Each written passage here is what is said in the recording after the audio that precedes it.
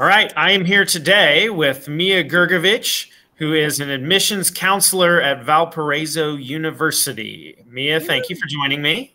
Yeah, thank you for having me. All right, so let's just get off or start here with the basics. Valparaiso, tell us something, tell us some more about it, where it is, students, anything you think that's pertinent, and why a student would want to attend Valpo.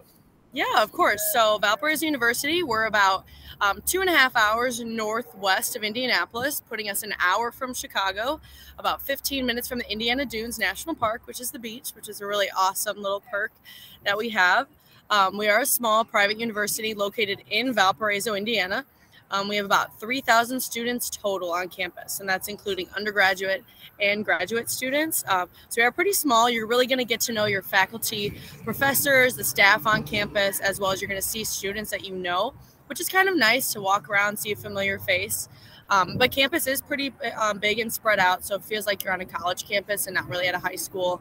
And it probably would take about maybe 5-10 minutes to walk to and from your classes. So really no worries there about trying to catch a bus or, worried about trying to get to your next class.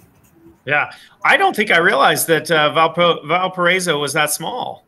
Yeah, it is really small. We're definitely trying to get more students to come, but we do like being a little smaller school to get that individualized experience. Yeah, that's definitely nice. So what do you look for in a potential Valparaiso University student? What does that kind of entail? Yeah, so we're really looking at the applications holistically is what we like to say, because we're really just looking at this as the student, how they are as a student, what they do outside the classroom, inside the classroom. And then also when we're looking at the application and their transcripts, we're looking at the trend and the strength in their grades. And really just that consistency over 3 years of their high school experience. We also really like to see, again, their involvement, what they've been involved in, because that's really important. We like to say the typical Valpo student is involved in 5 different things outside of their academic studies. And that's ranging from, academic clubs or organizations all the way to fun things that they've always been doing their entire lives. So really just kind of a bunch of different things students are involved in here. And then as far as looking at the transcripts and the trends for 3 years, what are some of the admission requirements that you have? Yeah, so no specific requirements. I would say if you have above a 3.0 GPA, definitely the best route to go. Certain programs like engineering, nursing, and our PA program would definitely, I would say 3.5 GPA is recommended because they do have some screening options and they are pretty competitive, but all 3 of those programs are direct admit. So if you're admitted into that program as you're applying, then you're admitted into that nursing, PA, or engineering program, which is a pretty awesome reward. Yeah, that sounds fantastic. So with those, are there any other schools that you have maybe that you think, hey, this one needs highlighted because, you've obviously got the nursing, the engineering, and then the physician, was it? Yeah, physician's assistant. Yeah. What other schools do you offer? And then with those 3 schools, are there more specific guidelines that you can think of? So we have 5 for admission, colleges. Sorry. Yeah, we have 5 academic colleges. So the College of Business, College of Arts and Sciences, Nursing and Health Professions, and then the College of Engineering. And then our 5th one is Christ College, which is our honors college. Basically, you have dual citizenship. If you're in Christ College, you're also in Arts and Sciences or College of Business or Engineering or nursing and health professions. It really just adds more rigor to your course, more reading, writing, small group, large group discussions. And it's a really good opportunity to meet students all across campus, especially when you're into your junior and senior year of school. You're really just going to be in with engineering majors or psychology majors or whatever your degree path is. Yeah. And then you mentioned those 3 specifically were direct admit. Now, let's say a student doesn't get admitted directly to those. Are they still able to get in after their freshman year, or is that kind of done? Yeah, they are able.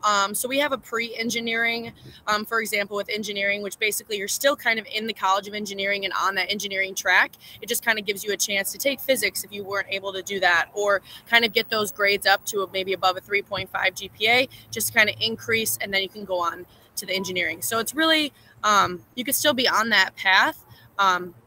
but definitely starting in that pre-engineering track. And as with nursing, pretty much it's pretty standard to go right into nursing. They do have to get also for PA as well, you have to get a Bachelor of Science in Health Sciences anyways, and that is a 3-year degree. So really just if you get that 3-year degree, then you can go on to your 2 years of Master of Physician Assistant. Okay. And then lastly here with the tuition, it's been a hot topic issue lately. Yes. So what is the cost to attend Valpo? And then what kind of financial aid is offered as well? Yeah, so right now we're about $58,000 a year, and that is not guaranteed that you're going to pay that rate every single year when you're at school. So that's what that rate is currently, and that is like with tuition, general fee, and room and board are all included in that $58,000. A big scholarship that we offer is our merit-based scholarships, which are solely based on GPA, and that is your GPA through your junior year of high school. So if you have above a 3.0, every student is guaranteed from anywhere from $20,000 up to $30,000 off of every single year's off of that $58,000. And you would find out which merit-based scholarship you were awarded when you get your admission letter, and then you would get your full financial aid packet later on in the year. Yeah, right, we so, offer a lot of different scholarships. That merit-based scholarship is definitely the biggest chunk of change, but I really also recommend students filing for the FAFSA because everything that we offer are stackable. So you can stack any scholarships that you're awarded from the university, but also from outside scholarships onto that financial aid packet to really bring that cost down that you would have to be paying out of pocket. Yeah. Okay. So there's plenty available, even though the sticker price is a little bit higher. There's plenty to bring that down to a more manageable cost. Yes, and really why the sticker price is higher is it is a private school. You are paying for that private school education and that individualized attention that you're going to be getting from your professors, and also like those connections that you're building with those students. Okay. So finally, just take us back to when you were going through this process, 16, 17, 18-year-old Mia. What do you wish that you knew then that you know now?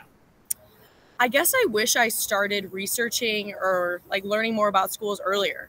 I was thinking about this, especially going to fairs, going to high school visits, and I'm getting sophomores, juniors.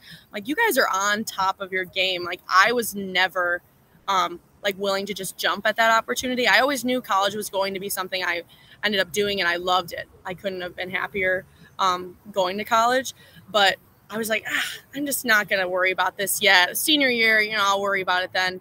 And I just kind of wish I started earlier, like researching and really kind of making a list, I guess, with things that were like deal breakers for me.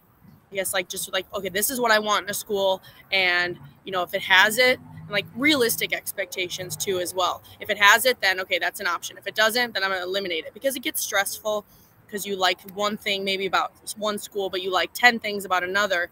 Maybe that one thing seems like it's at the top of your list, but it's really not. So definitely just being organized. I wish that's how I was when I was in high school.